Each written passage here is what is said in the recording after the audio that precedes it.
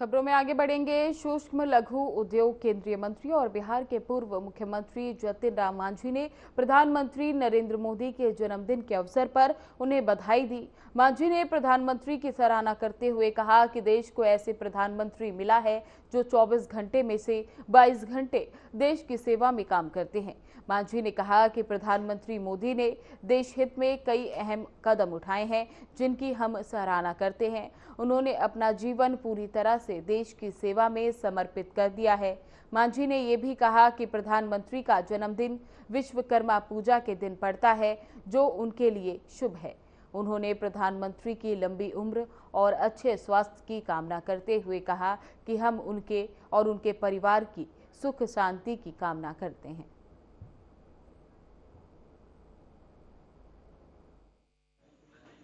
तो हमारे प्रधानमंत्री जी का जन्मदिन है, उस पर बहुत बहुत बधाई देते हैं, शुभकामना देते हैं। और मैं तो ये कहता हूँ कि वो 100 वर्ष तक हम लोगों का प्रतिनिधित्व करते रहें। जिस प्रकार से भारत का प्रतिनिधित्व उन्होंने किया, चाहे रक्षा का मामला हो, विज्ञान का मामला हो या आर्थिक जगत का मामला हो, सब में आगे बढ़े हैं। आसान के साथ ऑपरेशन सिंदूर की बात आई है। सिंदूर ऑपरेशन सिंदूर हम लोगों ने कंडक्ट किया। वहाँ पर पाकिस्तानियों के घर में जो आतंकवादी अड्डे थे उन लोगों को चकनाचूर किया। और फिर हम वहाँ का सिविलियन, चाहे स्कूल हो चाहे अस्पताल हो, कभी कुछ नहीं किया। और आतंकवादी अड्डा को हमारे प्रधानमंत्री जी ने चकनाचूर किया। इससे साबित होता है कि हमारे पास शक्ति है, लेकिन हमारी शक्ति गलत लोगों के लिए यूज़ होगा और सिविलियन के लिए नहीं होगा। फिर आप जानते हैं कि भारत का जब 14 में प्रधानमंत्री बनने का काम किए थे नरेंद्र भाई मोदी जी, तो हम 11वां-12वां पोजीशन में थे आर्थिक जगत में, संसार में।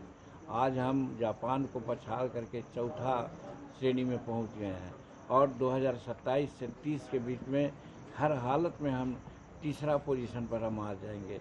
ये हम लोगों का प्रधानमंत्री जी के नेतृत्व में विकास हुआ है। और फिर आपने देखा कि अभी अंतरिक्ष में रह करके 12 दिन के बाद यहाँ खुला दिया है। फिर हम चंद्रमा के दक्षिणी छोर पर हम आगे बढ़े हैं और बार बार कहा जा रहा है हमको जो आँख दिखलाएगा उसको आँख को हम फोड़ देंगे, हम पर इतनी शक्ति है। मैंने आर्थिक जगत में, साहित्यिक जगत में, वैज्ञानिक जगत में, सब में विकास हमारे नरेंद्र मोदी जी के नेतृत्व में हुआ है। इसलिए आज उनका जन्मदिन है। उस अवसर पर हम बहुत बहुत हार्दिक शुभकामनाएं देते हैं और भगवान से प्रार्थना करते हैं कि जबकि वो काफ़ी स्वस्थ हैं, 22 घंटा काम करते हैं लगातार बिना 2014 से जब से प्रधानमंत्री बने हैं एक दिन भी छुट्टी उन्होंने नहीं ली है। अपने माँ का अर्थी जब निकली तो सिर्फ कंधा देकर चले आए और देश के कार्य में लग गए। तो वैसे मनीषी को हम जो एक बहुत बड़ा प्रभाव मंडल लेकर के जन्मे हैं, उसको बहुत बहुत बधाई देते हैं।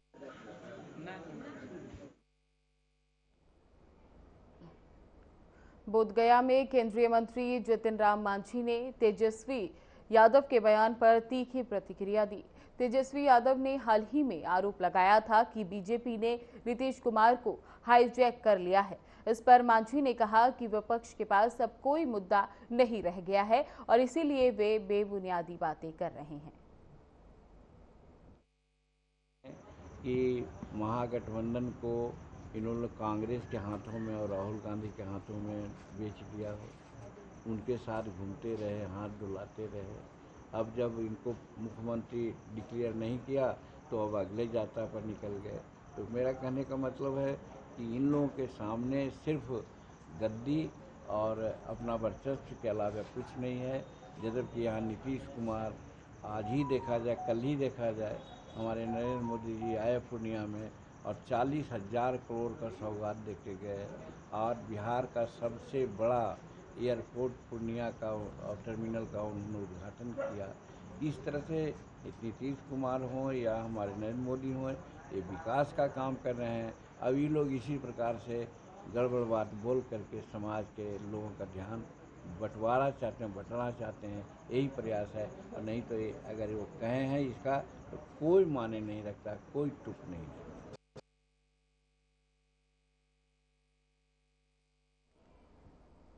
पटना के रूबन मेमोरियल अस्पताल में विश्व स्वास्थ्य संगठन की तरफ से घोषित विश्व रोगी सुरक्षा दिवस की पूर्व संध्या पर प्रेस कॉन्फ्रेंस का आयोजन किया गया। इस प्रेस कॉन्फ्रेंस में रोगी सुरक्षा, हर नवजात और हर बच्चों के लिए सुरक्षित डिलीवरी और देखभाल विषयों पर आयोजित होने वाले 2 दिवसीय सेमिनार की जानकारी दी गई। आपको बता दें कि इसमें स्वास्थ्य विशेषज्ञ, नीति निर्माता और मरीज के अधिकारों के लिए काम करने वाले लोग शामिल होंगे। इस कार्यक्रम में डॉक्टर नीता केवलानी ने कहा कि नवजात और बच्चों की विशेष कमजोरी पर ध्यान केंद्रित करते हुए अनावश्यक का नुकसान को रोकने के लिए एक नया वैश्विक अभियान भी शुरू किया जाएगा।